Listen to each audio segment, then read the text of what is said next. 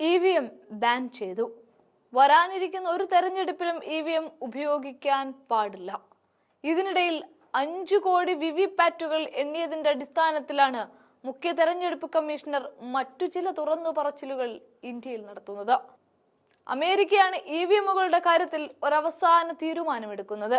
എങ്ങനെ നോക്കിയാലും EVM hack ചെയ്യാനുള്ള എല്ലാ സാധ്യതകളും ഉണ്ട് എന്ന കൃത്യമായ വിവരങ്ങളെ അടിസ്ഥാനപ്പെടുത്തിയാണ് ഇലക്ട്രോണിക് മെഷീനുകൾ അഥവാ EVMകൾ ഹാക്ക് ചെയ്യപ്പെടുമെന്നും അവ ദുർബലമാണ് എന്നും US നാഷണൽ ഇന്റലിജൻസ് ഡയറക്ടർ തുളസി ഗബ്ബാർഡിന്റെ അവകാശവാദം. ഇതോടെ ഇന്ത്യയിൽ ദീർഘകാലമായി നിലനിൽക്കുന്ന EVM ചർച്ചകൾക്ക്, വിവാദങ്ങൾക്ക് വീണ്ടും തിരികൊളുത്തുകയാണ്.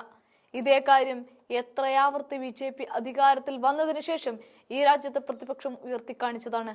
കണക്കുകളും തെളിവുകളും അടക്കം ഉയർത്തിക്കാണിച്ചിട്ടുണ്ട്. പക്ഷെ അപ്പോഴും EVMകൾ പൂട്ടിയിട്ടിട്ടുള്ള സ്റ്റോർ റൂമിന് കാവൽ നിൽക്കുക വരെ ഈ പ്രതിപക്ഷം ചെയ്തിട്ടുണ്ട്. പക്ഷെ അപ്പോഴും വിവാദത്തിന് മറുപടിയായി മുഖ്യ തെരഞ്ഞെടുപ്പ് കമ്മീഷണർ ഗ്യാനേഷ് കുമാർ കഴിഞ്ഞ ശനിയാഴ്ച പോലും പറഞ്ഞത് ഇന്ത്യയിലെ EVMകൾ സുരക്ഷിതമാണ് എന്നും അവയിൽ കൃത്രിമം കാണിക്കാൻ പറ്റില്ല എന്നുമൊക്കെയാണ്. തിരഞ്ഞെടുപ്പ് പ്രക്രിയ രാജ്യത്തിനനുസരിച്ച് വ്യത്യസ്തപ്പെടുമെന്നുമാണ് മുഖ്യ തെരഞ്ഞെടുപ്പ് കമ്മീഷണറായ ഗ്യാനേഷ് കുമാർ പറയുന്നത്. അദ്ദേഹം പറയുന്ന കാര്യങ്ങൾ അമേരിക്ക പറയുന്ന കാര്യങ്ങളിൽ നിന്നും തികച്ചും വ്യത്യസ്തമാണ്. കാരണം ഇന്ത്യയിൽ ഉപയോഗിക്കുന്ന EVMകൾ ഇന്റർനെറ്റ്, ബ്ലൂടൂത്ത് അല്ലെങ്കിൽ ഇൻഫ്രാറെഡ് എന്നിവയുമായി ബന്ധിപ്പിക്കാൻ കഴിയില്ല എന്നാണ് പറയുന്നത്. അതിനാൽ അവ ഹാക്ക് ചെയ്യാനോ കൃത്രിമം കാണിക്കാനോ കഴിയില്ലത്രേ. നമ്മുടെ രാജ്യത്ത് ഉപയോഗിക്കുന്ന EVMകളെ ഒരു തരത്തിലും ബന്ധിപ്പിക്കാൻ കഴിയില്ല എന്നാണ് ഗ്യാനേഷ് കുമാർ പറഞ്ഞു വെക്കുന്നത്. 5 കോടി വിവിപാറ്റ് സ്ലിപ്പുകൾ എണ്ണിയിട്ടുണ്ടെന്നും പൊരുത്തക്കേടുകൾ റിപ്പോർട്ട് ചെയ്തിട്ടില്ല എന്നുമൊക്കെ അദ്ദേഹം ഇവിടെ കൂട്ടിച്ചേർക്കുകയാണ്. എന്തിന്? ന്യായീകരണത്തിന്.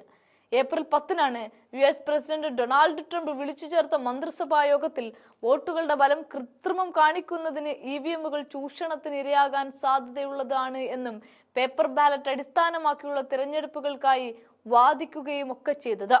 ഈ വിഷയത്തിൽ ഇന്റലിജൻസിന് തെളിവുണ്ടെന്നും US national intelligence director Gabbard പറയുകയാണ്. എന്തായാലും അമേരിക്കയിലെ കണ്ടെത്തൽ ചൂണ്ടിക്കാണിച്ച് കോൺഗ്രസ് വീണ്ടും EVMനെതിരെ തിരിയുകയാണിപ്പോൾ.